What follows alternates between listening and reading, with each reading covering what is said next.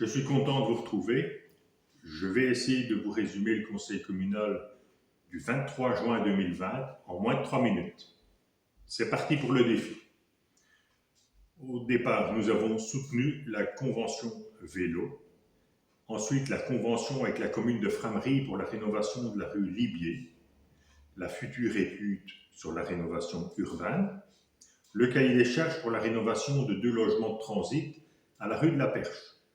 C'est le bâtiment juste à côté de l'école, pour des familles en difficulté, comme par exemple lors d'un incendie ou quelque chose comme ça.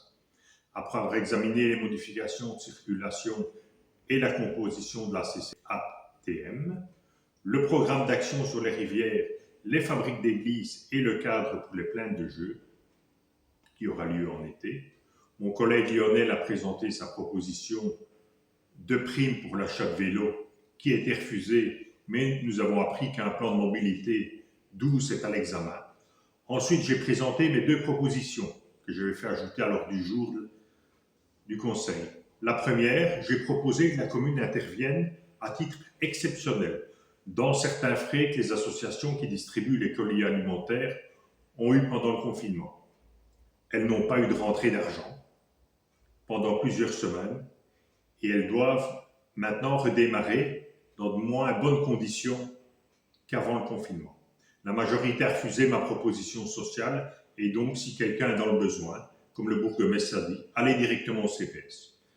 J'espère que les associations vont tenir le coup. Leur travail est d'une grande utilité pour une partie de la population.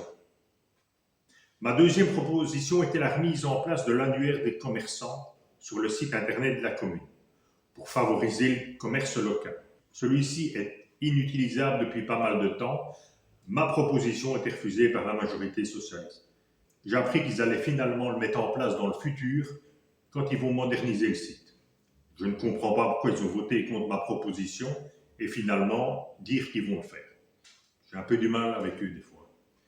Après, il y a eu les questions d'actualité. J'ai questionné le président du conseil sur les repas qui vont être proposés dans les plaines de jeux.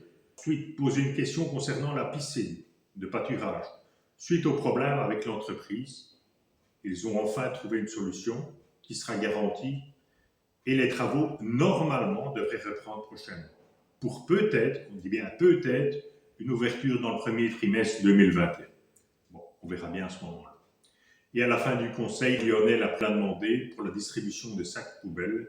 Il va peut-être y avoir plusieurs possibilités pour les 2000 familles qui n'ont pas encore retiré leurs sacs.